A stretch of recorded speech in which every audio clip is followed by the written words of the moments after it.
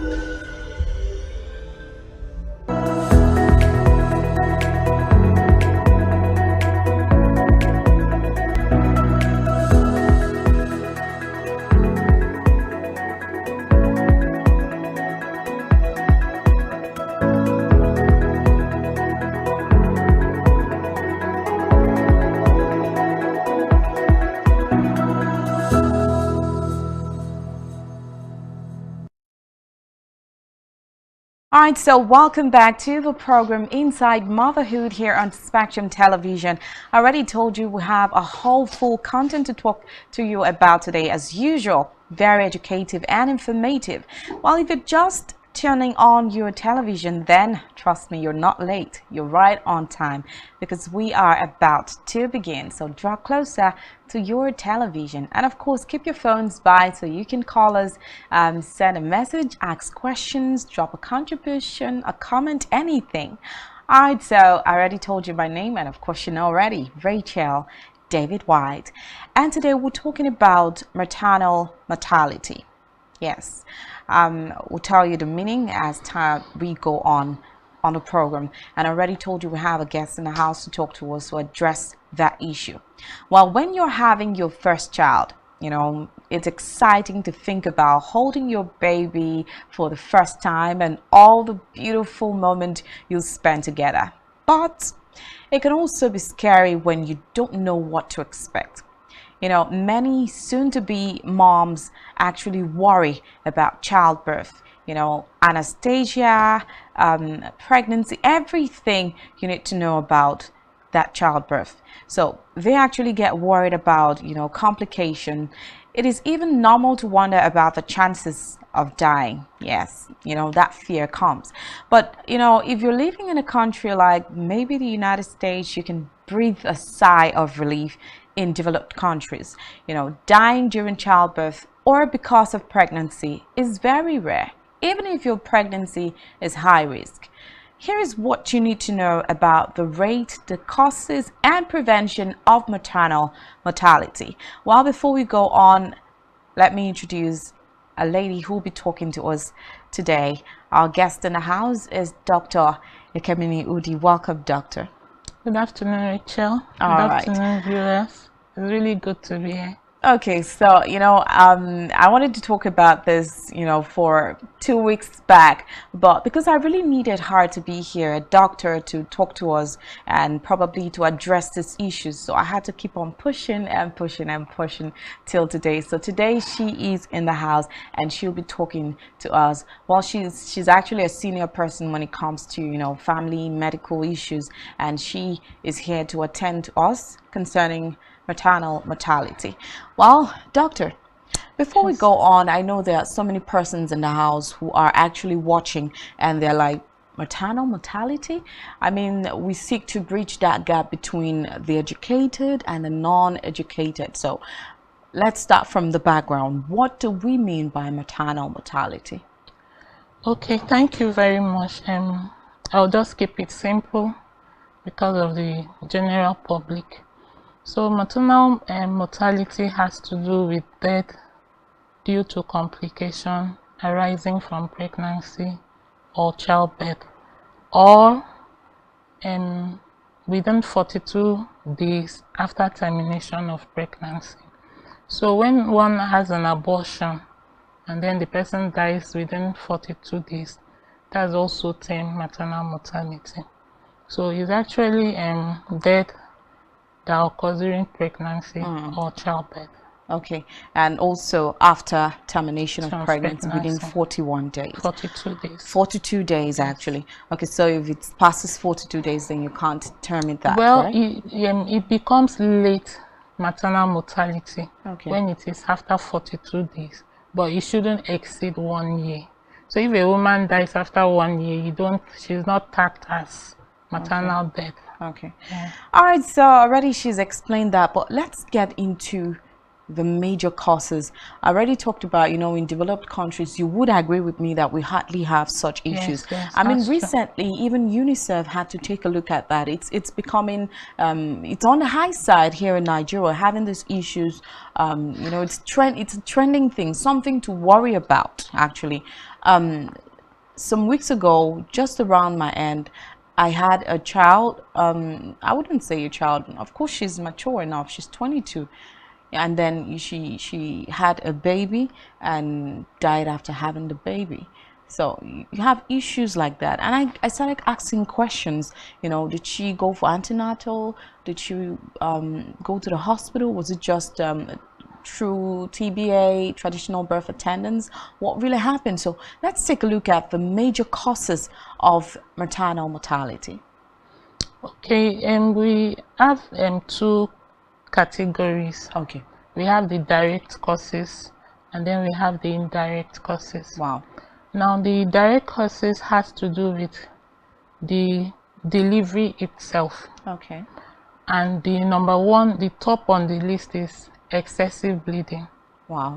That is maternal hemorrhage. But what really causes excessive bleeding? During childbirth, you know, the woman tends to bleed.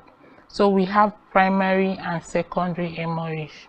Now, primary hemorrhage is from the first hour to 24 hours after delivery. So if a woman bleeds more than 500 mils after vaginal delivery, that is the excessive hemorrhage. Now it becomes secondary hemorrhage, that's secondary bleeding, when the woman starts bleeding 24 hours after delivery. Okay. So for normal vaginal birth, when the woman bleeds more than 500 mils of blood, that becomes excessive. For cesarean section, more than 1000 mils of blood is excessive hemorrhage. So normally when a woman delivers, there's that tendency that some blood has to come out, but when it becomes excessive, it may lead to death. Yes. Okay. So you talk about the direct and the indirect, and that's the direct. Direct, the top is the hemorrhage. We also have other causes. Okay. And the second is infection. Okay. So we call it puerperal sepsis. Maybe after delivery, the woman starts having fever, and before you know it, it spreads, and the woman may go into shock, septic shock, and then it will lead to death. Other causes are high blood pressure. Okay. And during pregnancy, a lot of women develop high blood pressure, and it starts preeclampsia, and then they become eclamptic. When you mention these terms, you have to explain them, because I myself don't even understand them. Okay, so it's just when preeclampsia is when the woman develops high blood pressure 20 weeks after pregnancy.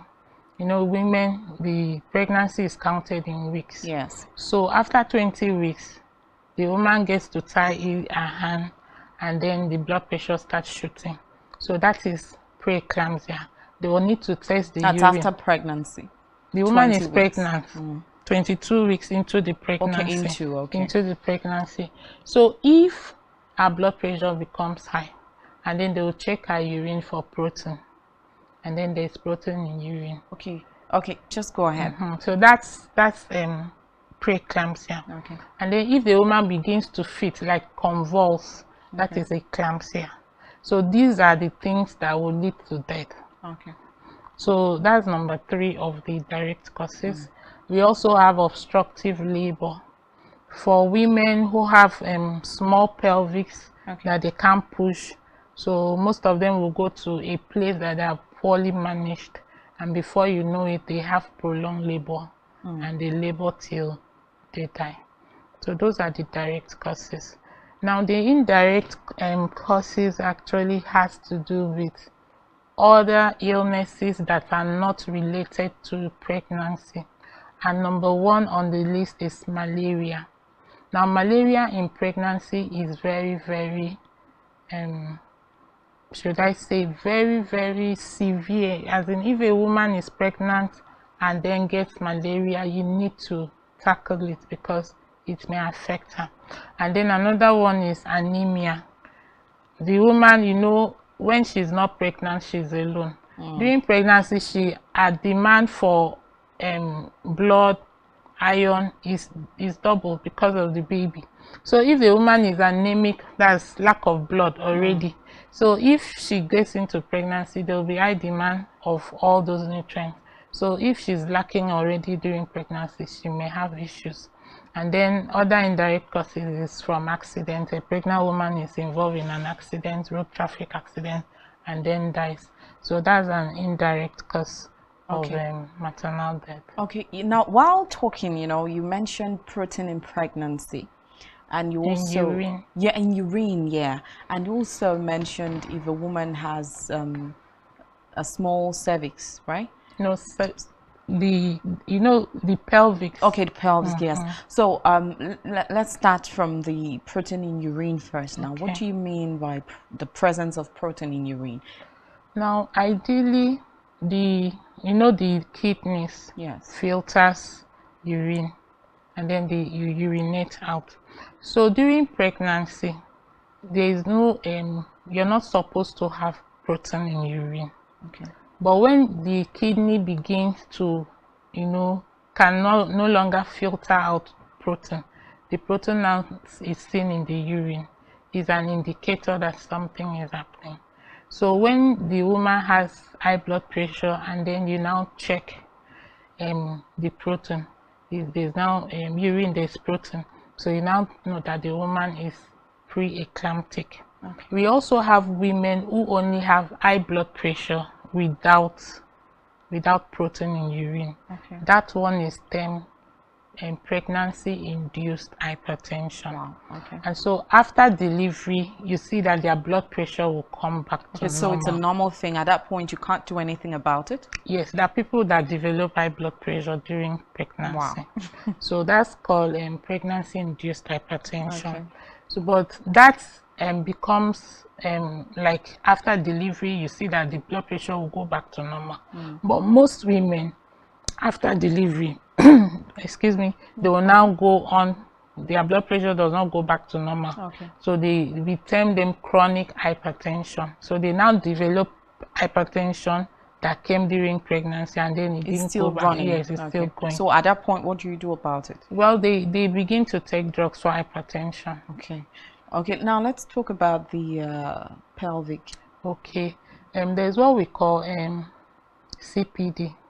That is the proportion. Usually the head of the baby determines the passage. Okay. So during delivery, you see that if the woman has a constricted cervix or pelvis, the baby will be obstructed. The baby cannot come out.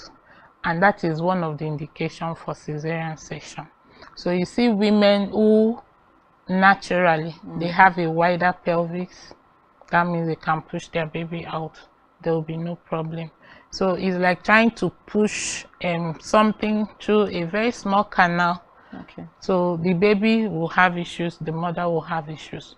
So they may go on to have complication of obstructed labor, and that's another can lead to death if not well managed. I hope time permits, because I'd like us to dive a little into pregnancy and a little into cesarean section and still, talk about maternal mortality. Now, there's this thing about pregnancy, I know someone watching will be, I said there's this thing about pregnancy. Yes, it happens different for, happens differently in different people, actually. At least I have three, so I can say I know what I'm talking about. So, what are those things that you feel women should expect naturally during pregnancy without panicking? And what are those things that if you see this in pregnancy, you have every reason to panic, you have to look for help? Well, I just want to state here that every pregnancy is unique. So if you have three, your first pregnancy will definitely be different from the second. So the first thing first is, when you're pregnant, you go for antenatal. When you now register, you will now be assessed. They have timing for every pregnancy. As it progresses, you now see the doctor more frequently. But at what trimester do you start antenatal? Well, ideally you should start at the first trimester. Okay. The first trimester is how the doctor will monitor you, and then will now start you on some medications. Okay. The hematinics. But we have people that would say, what am I going to do in the hospital during the first trimester? I mean, why don't I go on the second or the third?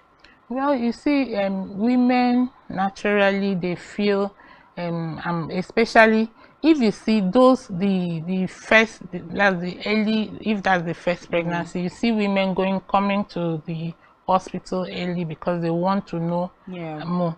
But by the time they get to the third, the fourth, they just relax, they feel they are okay, that nothing happened during the first, second pregnancy, so what am I going to the hospital to do? But that's a very wrong perception, because every pregnancy is unique, as I said. So you need to monitor that pregnancy. I mean, you're carrying another human inside of you, so you need to monitor. During that first trimester is the early development of the baby. So if anything happens during development, the doctor can actually pick it up during scanning and now say, okay, this child has some deformity, or this child is growing well. And then the second trimester, the doctor will also, because most of the medication, like the intermittent and preventive therapy for malaria, is usually started during the second trimester. So if you miss that period, that means you will not have that treatment. And then you're coming in the third trimester, you have to take tetanus toxoid. So a lot of women miss this period of the care, that a doctor can actually say, okay, this is a pregnancy that should be monitored closely, or this one I can give you time to come back at this time. At least I have observed your pregnancy, your baby is growing well. So it all depends. But most times women are so stubborn, they want to do what they want to do because they feel during their first pregnancy they didn't have issues. But I tell you, most people can develop complication even at the third trimester. So it's important for women to go for antenatal. Okay. Away from antenatal, I'll still ask the question again. What are those things that, okay, you just notice that this is happening when you're pregnant? Hey, I need to run for help. I need to see a doctor. That may likely lead to death. Okay, number one is fever. Okay. If you are pregnant and then you develop fever, you need to go to the hospital. In the first trimester? First, second, third, anytime. I'd like to come in there, actually. One thing about, you say every pregnancy is unique, but there's this thing that happens each time I'm pregnant. Like the first stage, I have this fever every time, like wherever I find myself, I'm cold, and I'm shivering. And no, then that's different. You having chills and fever, they are different things. Then, every symptom of fever is just there, and then you get to the hospital and you're like, you're fine. Well, if you most times people during that early pregnancy, they have early morning sickness, so they just feel unwell. Okay. But it's not as if you have fever. Fever is when the temperature rises above 37.6 or 37.5. Okay. So once your body temperature rises above that, please seek for help. Okay. Because it may be pointing to either malaria or you're having an infection somewhere. Okay. So that is number one. And then another thing that should make you seek for help immediately, even when it is not yet your antenatal visit, you now have urinary tract infection. That's you have pain while urinating.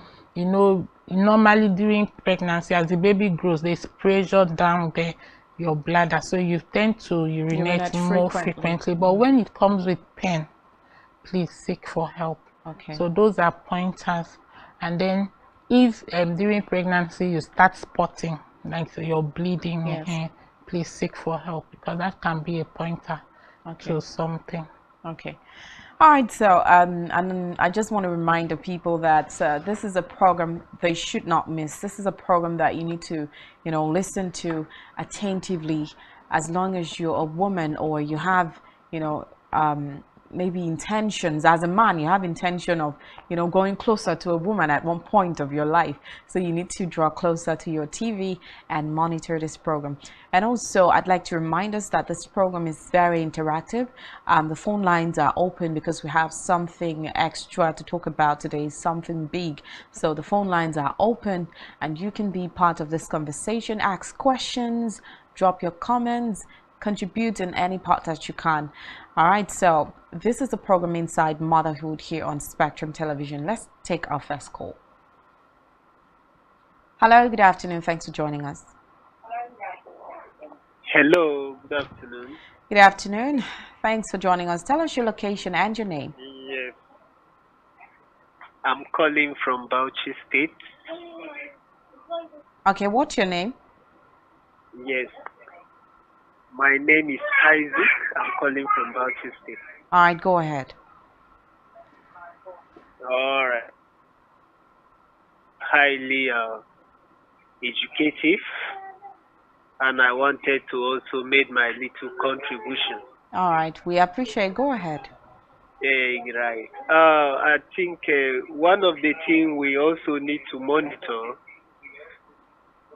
as part of challenges that goes with danger in pregnancy is the presence of malaria in pregnancy. Okay. Yes. Yes. This has been one of the major challenges, especially from rural setting,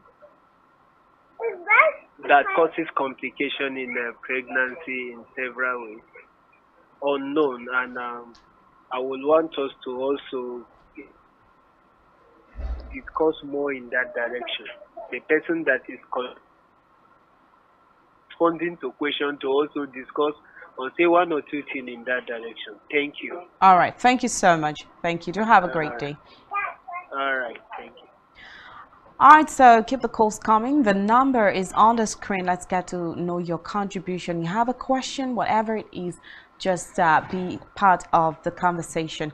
All right, so we haven't even talked much, but you need to address this issue. Yeah, I know you already mentioned malaria during pregnancy. Yeah, you said it's a point where you need to take good care of yourself. When you notice that you have malaria, you have to treat that. And that brings me to this particular question. Is it possible for someone to take pain relief? You're having headache or you're having fever, you just decide to do self-medication, or you're having malaria, symptoms, you feel, oh, this is a symptom I have when I have malaria and typhoid, so I just take over-the-counter drug and just treat myself. Is it possible that could cause miscarriage? Self-medication is wrong. It's a wrong practice, especially when you're pregnant. You don't just go taking different drugs over the counter, because most drugs are contraindicated in pregnancy. For malaria treatment, now there are some ACTs that are not strong. Yes, they are not okay, good just a minute. for, Let's take this for call the first so that we can address trimester. all issues. Hello, good afternoon. Thanks for joining us. Hello, good afternoon. All right, tell us your name and where you're calling us from. My name is Sam. I'm calling from Benue State. All right, go ahead. I want to ask. I'm listening to the doctor on the topic. I want to ask.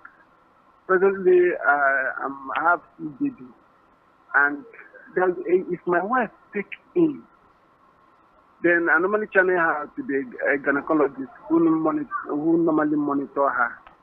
The doctor will tell us that she's having low service, which will warrant us to go to theater. I don't know what the doctor normally types.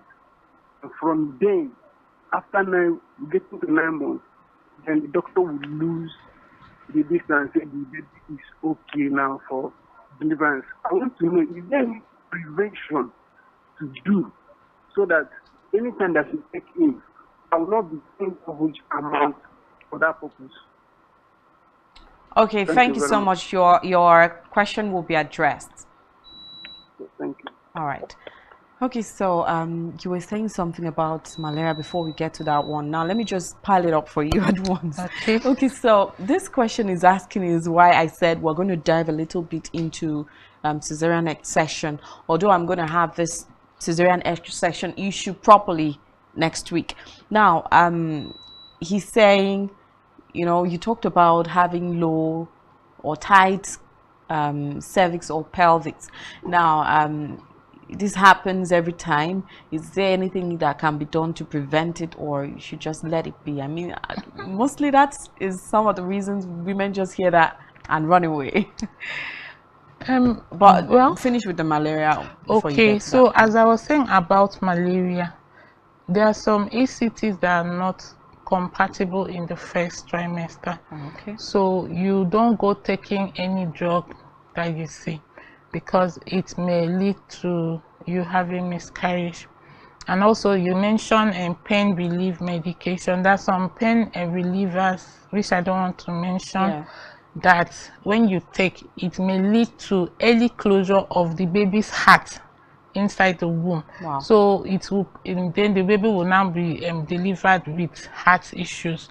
So those are the things that should even make a woman to avoid over-the-counter medication when you're pregnant. You should only take drugs that are being prescribed by your doctor. Yes. Okay. So that it So will let's help get you. to address that issue our second caller talked about. Well, CPD, that's cephalopelvic disproportion. Now, the head of the baby is the head is called the cephalus. Now, the pelvis is the P, and then disproportion. Now, it's like you're trying to force something through a tunnel. Now, this tunnel is not elastic; it is contracted. So when you try to force that, for instance, you're trying to push a ball through a tunnel that has a size, and then the tunnel is not expansible, you know that you're going to cause issues to the baby's head first and foremost, because you're trying, the baby's head is like a ball, and then you're trying to push it.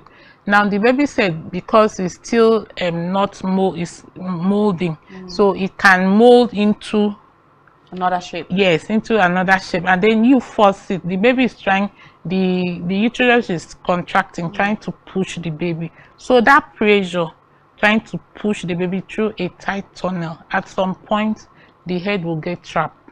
Wow. And then the baby may die inside the womb. Remember that the pelvic, you have other organs. The bladder is there.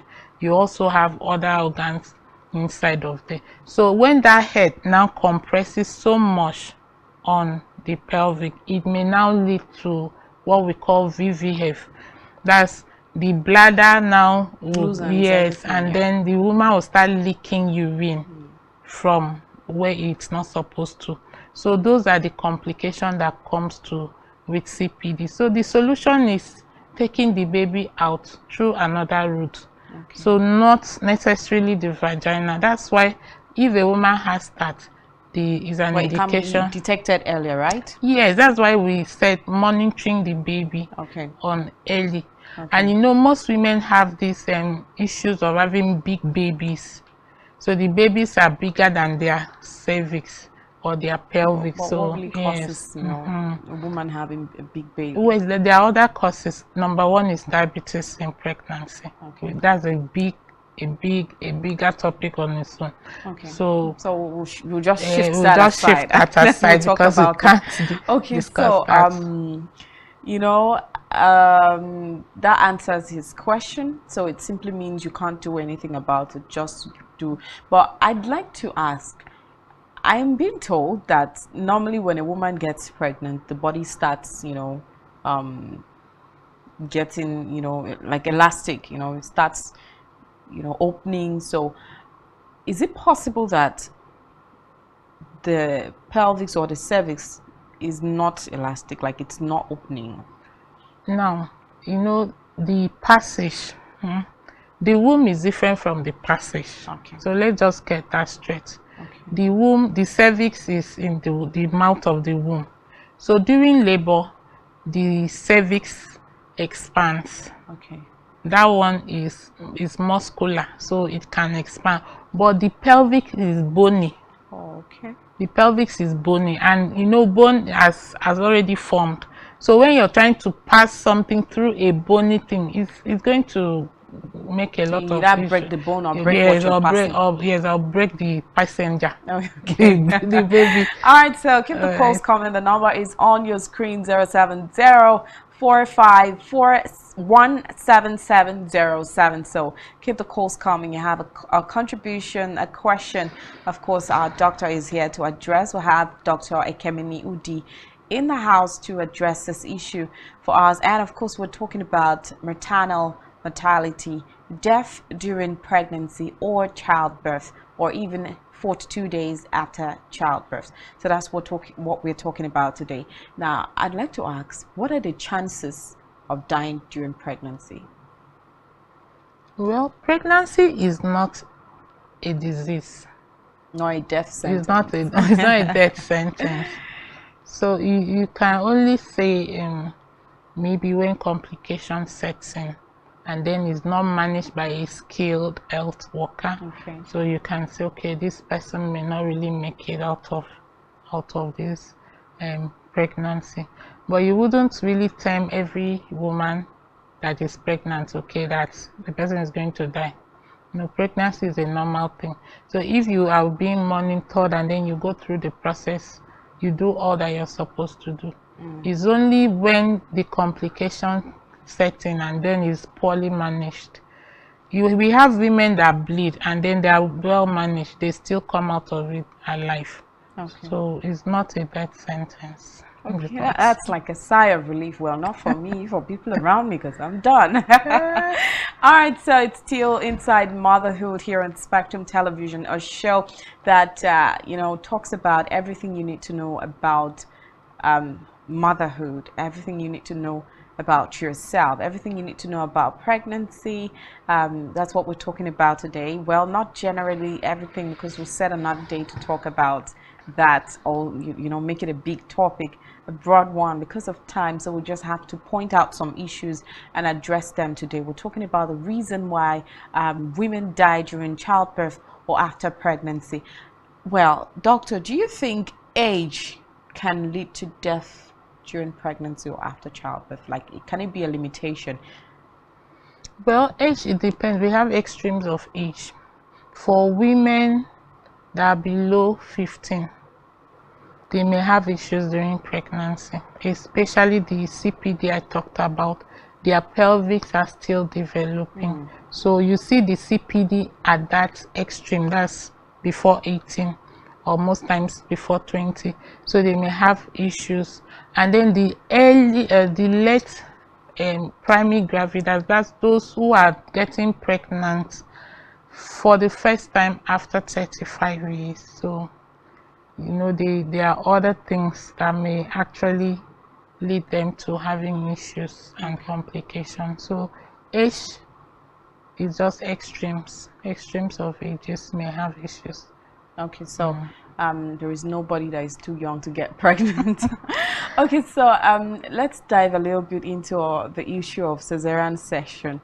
Aside from the fact that, okay, you're trying to push a baby out, and then your cervix is tight, and then the baby's head can pass through, what are those other options that you could likely say, oh, this person shouldn't try labor, the person should just go into CS immediately? Because we have doctors say that a lot, and then it starts bringing this fear.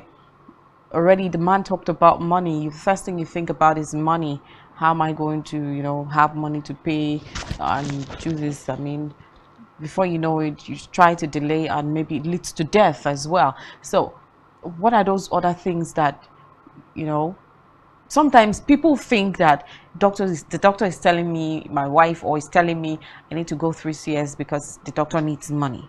So that's a very wrong perception. Yeah, and it's common. It's a common. Very wrong perception. It happens a lot. Now there are other indications for cesarean section. The doctor will not just see you and say, oh, yeah, let's go into theater, because the cesarean section on its own has complication that the doctor wants to avoid. So it is only when you need it, when there's an indication. Now we have the maternal indication, and then the fetal, that's the baby's indication. So for maternal is first if there are medical condition that the woman is having. For instance, the high blood pressure I talked about. This woman during labor, the BP is 200, 110. How do you want her? Labor alone has its own stress. So you don't want to put her through that stress of laboring. So that's number one. If the woman has medical illness, the woman has cardiac issues, the woman has maybe heart problems, the woman does not have the strength to push the baby, because the mother also need to do some energy to push out the baby. So when there's a maternal issue, you can have your baby through the cesarean method. Another indication is self-will. Most women come to doctor and say, doctor, I don't want to experience labor pain, please just help me bring out my baby. Wow. So on request, you have to do it. You have to do it. Most women don't want to experience that. It's not just about the doctor's request. You see women coming to request also that they want their baby out and on time. So the doctor will now arrange for cesarean section. Okay, now when you say out and on time,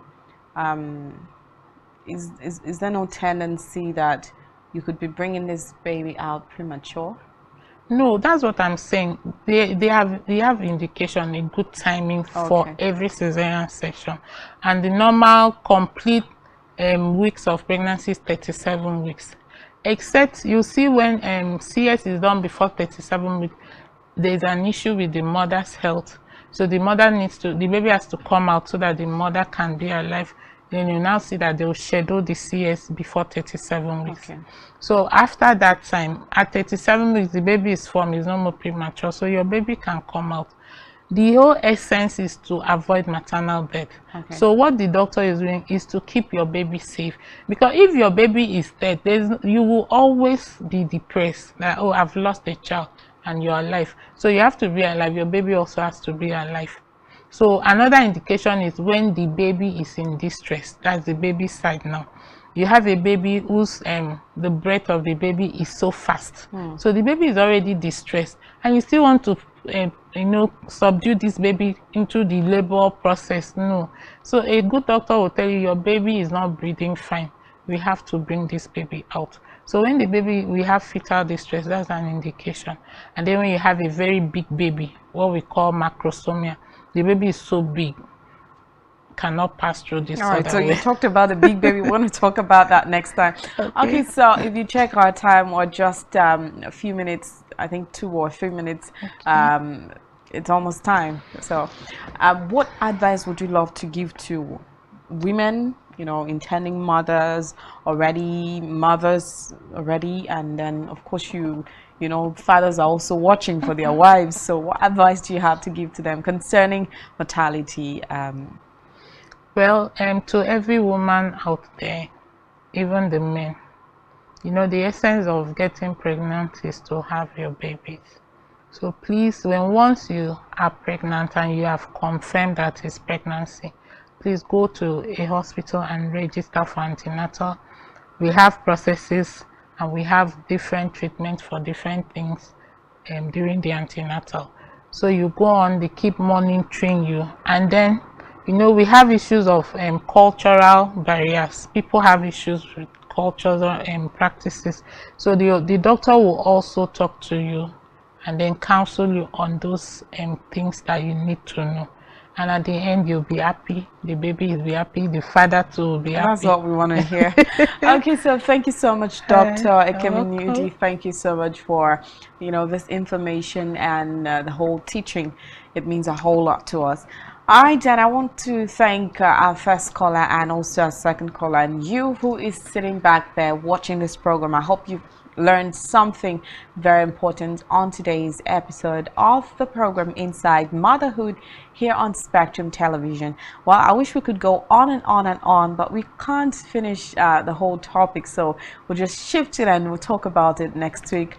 All right, so at this point, I'd like to say I'm not happy missing you, but I'll be missing you. Catch you next week, Saturday, here on Spectrum Television, same time. And of course, my name is Rachel David White. Thank you so much. And I want you to know that you can follow us on social media and subscribe to our YouTube channel, all of which you can find on our website, spectrumtv.ng. Well, good afternoon.